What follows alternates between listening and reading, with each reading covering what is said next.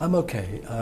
It was much more emotional than I thought, and I find it very hard to speak outside the court. He's a titan of British music, a name so woven into the cultural fabric of a nation that he feels less like a pop star and more like a permanent landmark. With a widely reported 250 million records sold, he's one of the best-selling artists of all time. He's the only singer in UK history to have #1 singles in 5 straight decades, a truly mind-boggling feat of longevity. From the rebellious rock and roll of the 50s, to the wholesome family fun of the 60s, the disco reinventions of the 70s, the Christmas chart toppers of the 80s, and the spiritual anthems of the 90s, he was just, always there. He was Sir Cliff Richard, the Peter Pan of pop, the bachelor boy, a national treasure. The music didn't just fade out, it was silenced. His smiling face, a constant presence on TV screens and in newspapers for over half a century, simply vanished. For years, his millions of fans were left to wonder and worry, asking the same question. What happened to the man who had captivated them for a lifetime? Was it heartbreak? A secret illness? Or something far more sinister? The truth, when it finally came out, was a shocking story of betrayal, a horrifying public ordeal, and a high-stakes legal battle that would not only change his life forever but would also challenge the very relationship between the media, the police, and a person's right to privacy. This is the real reason Cliff Richard disappeared. To understand the shock of Cliff Richard's sudden vanishing act, you have to get your head around the sheer scale of his fame, a level of stardom that started in a completely different world. Picture Britain in the late 1950s. The shadow of the Second World War still hung in the air. The country was monochrome, rebuilding, and still governed by the stiff upper lip of a past generation. The music was polite, all crooners and dance bands. It was a world just waiting for a spark. Into this grey landscape walked a young man named Harry Webb. Born in India and having moved to England as a boy, Harry was unassuming, working a modest factory job. But at night, he and his friends were chasing a new sound that had drifted across the Atlantic. It was the raw, primal energy of American rock and roll, the sound of Elvis, Little Richard, and Jerry Lee Lewis. It was the sound of rebellion. Harry Webb transformed himself. He slicked back his hair, found a swagger, and took on a new name, one that sounded sharper, more dangerous: Cliff Richard. With his backing band, first called the Drifters and later, famously, the Shadows, he started playing this electrifying new music in the coffee bars and clubs of London. The spark finally caught fire in 1958 with the song Move It. It wasn't a cover of an American hit, it was an original, a snarling, hip-shaking piece of real British rock and roll. John Lennon himself would later claim that before Cliff and Move It, there had been nothing worth listening to in British music. The song was a cultural explosion. It shot to #2 on the charts, and overnight, Cliff Richard was a phenomenon. He was immediately dubbed the British Elvis. That comparison was both a blessing and a curse. It launched him into the stratosphere of fame, but it also put him in a box that he would spend years trying to navigate. In those early days, though, he leaned into it. He had the sneer, the gyrating hips, and the rebellious energy that sent a jolt through the nation's youth. What followed was a level of adoration Britain had never seen. Cliff hysteria. Concert halls turned into cauldrons of screaming teenagers, so devoted it often bordered on a riot. Newspapers were filled with images of fans fainting, crying, and crashing through police barriers just to get a glimpse of their idol. He wasn't just a singer, he was a symbol of a new generation breaking free from the past. The hits just kept coming: Living Doll, Travelin' Light, Please Don't Tease, The Young Ones. Every song cemented his place as the undisputed king of British pop. His concerts sold out, his records flew off the shelves, and his face was on every teen magazine cover. He was the golden boy, the picture of youthful energy. He had captured millions of hearts and seemed destined for a career that would never end. But behind the rock and roll swagger, a change was already starting, one that would redefine his image and set the stage for a completely different kind of career, building a public persona so beloved that when it was later attacked, it would feel like a national wound. That raw, rebellious energy of "move it" couldn't last forever. As the 1950s rolled into the 1960s, Cliff Richard's public image began to shift. The leather-clad rocker with the Elvis sneer gradually softened into a more wholesome, family-friendly entertainer. This wasn't some calculated marketing ploy, it was more a reflection of his own personality and the changing times. The raw edges were smoothed over, and Cliff Richard, the pop idol, was reborn as Cliff Richard, the all-round star. A massive part of this change was his move into movies. While Elvis was in Hollywood, Cliff became the king of the British musical. His films weren't gritty dramas, they were bright, optimistic celebrations of youth. His first, The Young Ones, was a huge hit in 1961, but it was the 1963 film, Summer Holiday, that truly made him a cultural icon. Summer Holiday was more than a movie, it was a phenomenon. The simple story of four London bus mechanics who turn a double-decker bus into a mobile home and drive across Europe looking for fun and sun just captured the public's imagination. The film was a blast of technicolor optimism.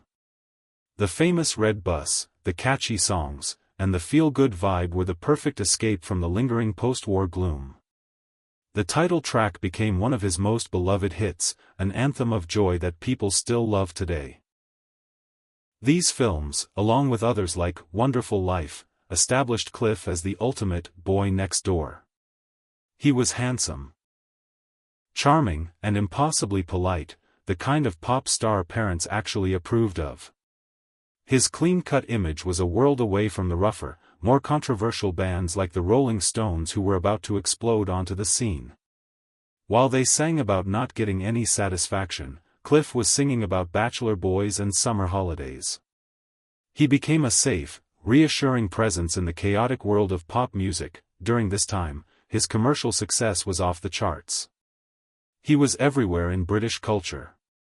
His TV specials drew massive audiences. There was Cliff Richard merchandise of every kind.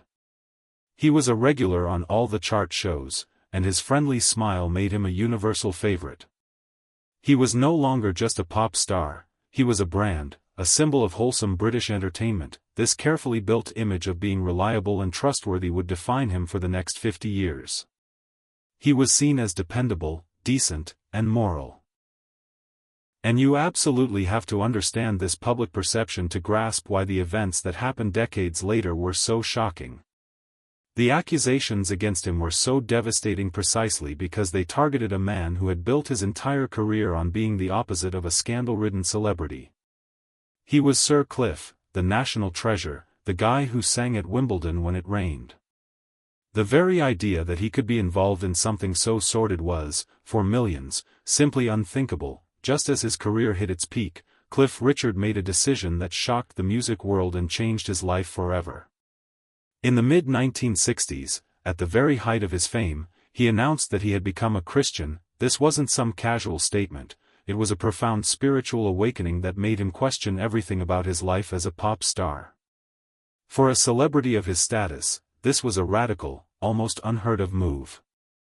The world of rock and roll was built on rebellion, excess, and hedonism. Religion, especially the kind of earnest Christianity Cliff embraced, was seen as the complete opposite of what pop music stood for. The media was baffled. His fans were confused. Rumors started flying that he was going to quit music altogether. And for a while, that was a real possibility. He seriously thought about retiring to become a religious education teacher, believing his life as a performer was incompatible with his new faith. It was a moment of intense personal conflict, caught between the global fame he'd worked so hard for and the deep spiritual conviction that now guided him. Ultimately, he chose a third path. He decided to continue as a performer but to use his platform in a way that aligned with his beliefs. This meant a shift in his music. He still recorded pop songs, but he also started releasing gospel albums and talking openly about his faith. This move may have lost him some fans, but it earned him a new level of respect from others who admired his integrity. This period also brought a lifelong question into sharp focus: his personal relationships. While he was singing about love and romance, his own life remained intensely private. The press nicknamed him the "Bachelor Boy," and it stuck. In an era where pop stars' love lives were tabloid gold, Cliff remained resolutely single. This led to decades of speculation. But behind the curtain, there was a story of deep affection and, as he's admitted, heartbreak. The most significant relationship was his profound friendship with the Australian singer Olivia Newton-John.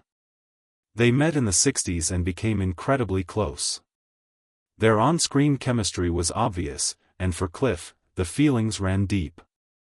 He later admitted he was in love with her, but the timing was never right, and they remained close friends. Her marriage to another man was a source of private pain for him.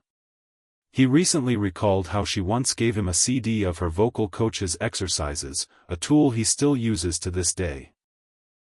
This unrequited love, combined with his decision never to marry, added another layer to his public persona. He was a romantic figure who seemed destined to be alone, which only made him more intriguing. It also meant that for decades, he was under a media microscope, with every friendship analyzed. This constant curiosity about his private life would eventually turn from curious to predatory. The 1970s music scene was a world away from the innocent pop of the early 60s. Glam rock, punk, and disco were taking over.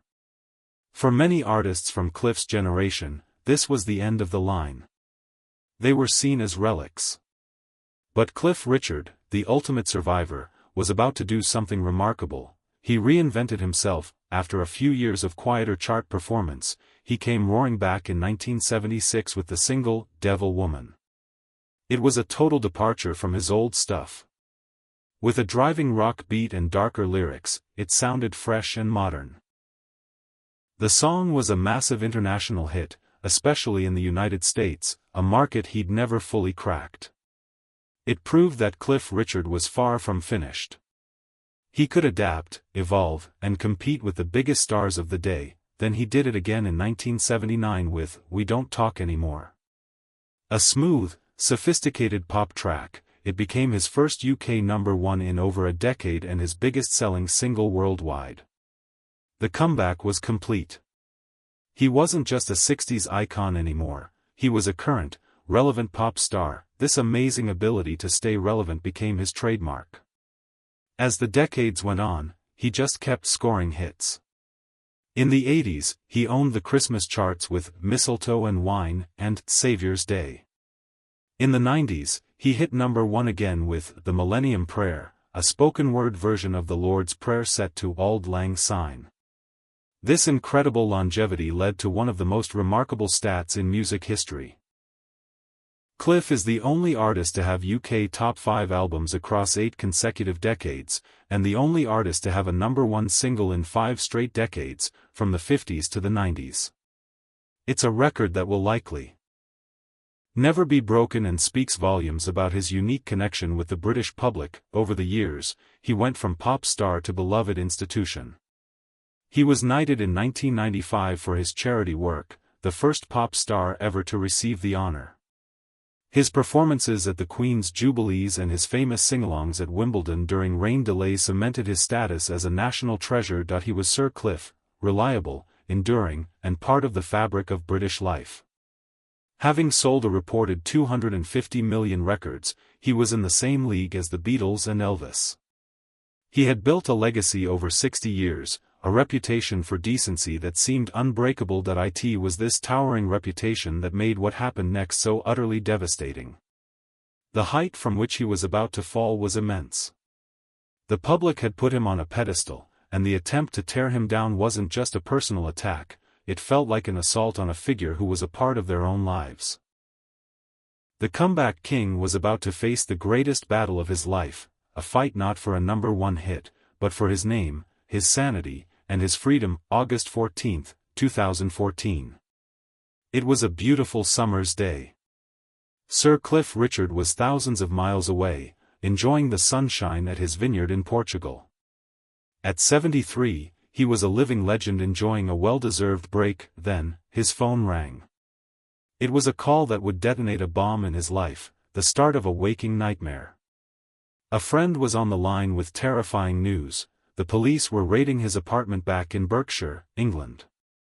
And it was being broadcast live on TV. Cliff flicked on the news and watched in horror. There it was, on the BBC, the national broadcaster he'd worked with his entire career. A helicopter, their helicopter, was circling his home. The footage was everywhere, showing police officers walking into his private sanctuary. In an instant, his life became a public spectacle. He hadn't been informed. He hadn't been questioned. He hadn't been arrested or charged with a single crime. Yet, his home was being raided, and the whole world was watching. The backdrop for this was Operation Yewtree. In the wake of the Jimmy Savile scandal, British police had launched a huge investigation into historical sexual abuse allegations, especially those involving public figures. This created a climate of intense media frenzy. The allegation against Cliff came from a man who claimed he'd been assaulted by the singer at a Christian rally in Sheffield way back in 1985. To anyone who knew Cliff's public persona and deep faith, the accusation seemed completely bizarre, but in the court of public opinion, fueled by that live broadcast, the details didn't matter. The image was the story: a police raid on the home of Sir Cliff Richard. It turned out the BBC had been tipped off by a source inside the South Yorkshire Police. In exchange for getting the date of the raid, the BBC agreed to hold the story, ensuring they could be there to capture it for maximum dramatic effect. The aftermath was a media firestorm. Headlines around the world screamed his name. He was instantly tried by the media. The man who had spent over 50 years building a reputation for integrity saw it get torn to shreds in hours. He later said he collapsed in his kitchen in Portugal, physically sick with fear. It felt like his entire life's work was being destroyed right before his eyes, that he was trapped. He couldn't go out. He couldn't properly defend himself because he was under investigation. All he could do was issue a statement strongly denying the completely false allegation, but his words were drowned out by the noise. The live broadcast had created a permanent link in the public's mind between Cliff Richard and the crime he was accused of. In his own words, he felt forever tainted. This was the day his world turned upside down, and the beginning of a 22-month ordeal that would push him to the absolute brink. The helicopter eventually left, but for Cliff Richard, the nightmare was just beginning. The police investigation dragged on for 22 excruciating months. For almost 2 years, his life was frozen in a state of agonizing limbo. The ordeal took a devastating toll on his health. The stress was constant. He lost a lot of weight. He came down with a dangerous case of shingles, a nerve infection directly linked to stress, which left him with lingering pain. He couldn't sleep, waking up in the middle of the night, his mind racing. He later confessed he was afraid he would have a heart attack or a stroke from the anxiety. His world, once a global stage, shrank to the four walls of his home. He felt like a prisoner, afraid to leave for fear of being photographed or harassed. The very apartment that had been invaded on live TV no longer felt safe. He eventually sold it, unable to live with the memory of the raid. It was a place of trauma. Professionally, the impact was swift and brutal. Radio stations that had played his music for decades quietly dropped him from their playlists. Invitations to events and charity functions just dried up. He was effectively blacklisted. The man who was once a symbol of British pride was now seen as toxic. This was why he disappeared. He vanished not just because he chose to hide, but because the world he knew had shut him out, that he felt utterly alone. He later described the feeling of being in a hole he couldn't climb out of. Despite the incredible support of close friends and family, the nights were the worst. "You get to bed at night and you're on your own again," he said. "And you can't help but think, how do I get out of this?" The most painful part was the stain on his name. For 22 months, he lived under a cloud of public suspicion. With no resolution, many assumed he must be guilty. He said every time he saw a parent pull their child away from him in a restaurant, he felt the sting of that suspicion. He felt smeared, his reputation destroyed. In his words, it felt as though everything I had worked for during my life, trying to live as honestly and honorably as I could, was being torn apart. He was never arrested. He was never charged with a crime. But the process itself was the punishment. The long, drawn-out investigation, kicked off by a media spectacle, created its own kind of prison. It was a period of profound darkness that stripped him of his confidence, his career, and his peace of mind. After 22 months in limbo, a turning point finally came. In June 2016, the Crown Prosecution Service announced its decision. After reviewing the evidence, they concluded there was insufficient evidence to prosecute. Cliff Richard would face no charges. For most people, that would have been the end of it. Vindication. But for Cliff, it wasn't enough. His name had been cleared legally, but his reputation had been dragged through the mud in front of the world. The damage was done. He wasn't just going to accept an apology, he was going to fight. What came next was a landmark legal battle. He sued the two groups he held responsible, the South Yorkshire Police for tipping off the media, and the BBC for broadcasting the raid. The police quickly settled out of court, admitted they were wrong, and paid him substantial damages. But the BBC decided to fight, arguing for freedom of the press and public interest. The 2018 court case became a pivotal moment in the debate over media ethics and privacy. Cliff's legal team argued the BBC's actions were a gross invasion of his privacy. He even took the stand himself, giving emotional testimony about the devastating impact the broadcast had on his life, describing how he felt violated by an institution he had trusted for 50 years. In July 2018, the judge delivered a resounding and historic victory for Cliff Richard. The judge ruled that the BBC had infringed on the singer's privacy rights in a serious and somewhat sensationalist way. He completely rejected the BBC's arguments. Cliff was awarded £210,000 in initial damages, a sum that later grew with settlements. As the verdict was read, he broke down in tears. Outside the court, greeted by fans singing, "Congratulations," he was too emotional to say much, simply calling it wonderful news. For Cliff, the case was never really about the money. He'd spent millions on legal fees. It was about the principle. He hoped his victory would help others who didn't have the resources to fight back against the combined power of the police and the media.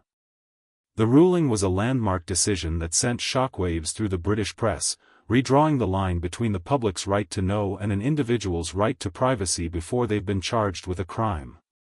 He had won. He had been vindicated. The long, dark nightmare was finally over. The story of Cliff Richard's fight is a powerful reminder about justice and resilience. If this story resonated with you, show some support by hitting that like button. And for more deep dives into the lives of fascinating figures, make sure you subscribe to the channel and ring the notification bell so you don't miss what's next. Cliff Richard won his war, but the battles left deep scars. The legal victory brought closure, but it couldn't erase what had been taken from him. For almost 2 years, his life had been consumed by a false accusation. His health suffered, his career stalled, and his sense of security was shattered. In the years since, he's made a cautious return to public life. He spends more time in his homes in Barbados and Portugal, far from the glare of the British media. But he hasn't hidden away completely. He still shows up at his beloved Wimbledon and has started touring again, with dates announced for 2025 to celebrate his 85th birthday, reconnecting with the loyal fans who stood by him, but the shadow of the ordeal remains. He has become a powerful advocate for changing the law to give anonymity to people accused of sexual offenses until they are formally charged, hoping to spare others the public trial by media that he endured. So, why did Cliff Richard vanish? He disappeared because he was caught in a perfect storm, a reckless deal between the police and the media that put a sensational scoop ahead of a person's privacy and the presumption of innocence. He was publicly shamed before he was even questioned, his reputation destroyed for a TV exclusive. His retreat was an act of self-preservation, a necessary shield against a world that had turned on him. Ultimately, his story is one of survival. A beloved icon was brought to his knees by a false allegation and a merciless media storm. But he refused to be broken. He fought back, not just for himself, but for a principle. He cleared his name, he won his justice, and in doing so, he reminded everyone that behind the famous face and the golden records was a man of incredible strength and an unshakable spirit. He is the comeback king who faced his darkest hour and emerged, scarred but not defeated, back into the light.